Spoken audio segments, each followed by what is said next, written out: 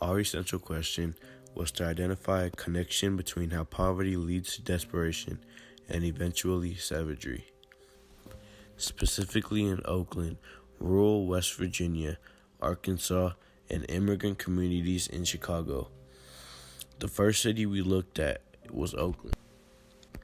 The city has a drastic growing gap between the rich and the poor.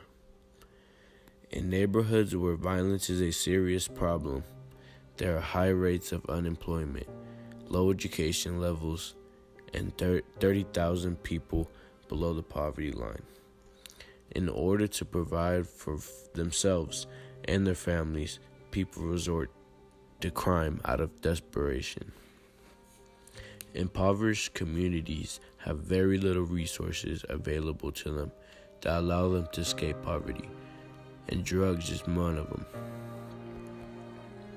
Only 9.1% of residents have a college degree, and without sufficient education, it is hard to find a well-paying job.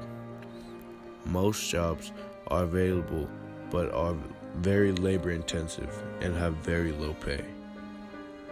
Parents seek to provide more for their kids, and they are simply unable to do this in a poverty-stricken neighborhood in Oakland.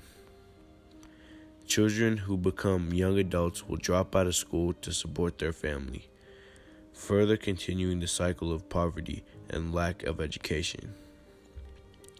As people have less money, they will begin growing demand for illegal drugs such as meth, which is a large problem in rural America.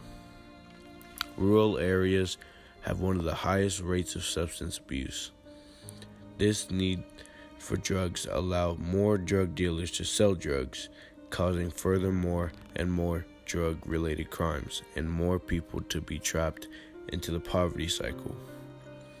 In one rural Arkansas community, there aren't a lot of jobs available, which has led some people to deal drugs to support themselves.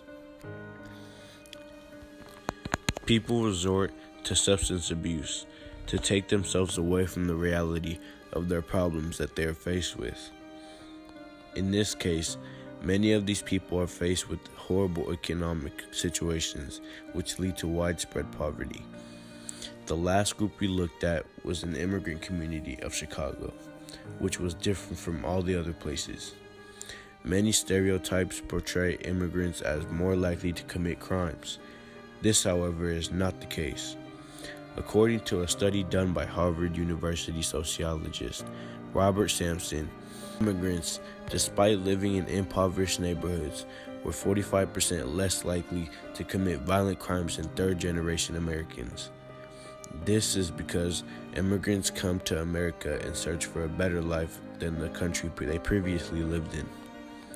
They're generally more motivated to work hard and desire not to be deported. These things predispose them to a low crime rate. In conclusion, poverty leads to desperation and then savagery in most parts of the U.S., except for immigrant communities. Many impoverished communities have very little resources that allow these people to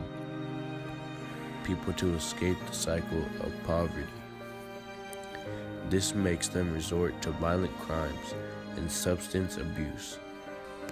But in immigrant communities, people are motivated to work hard and shun away from the crime, thus making their life better in the U.S.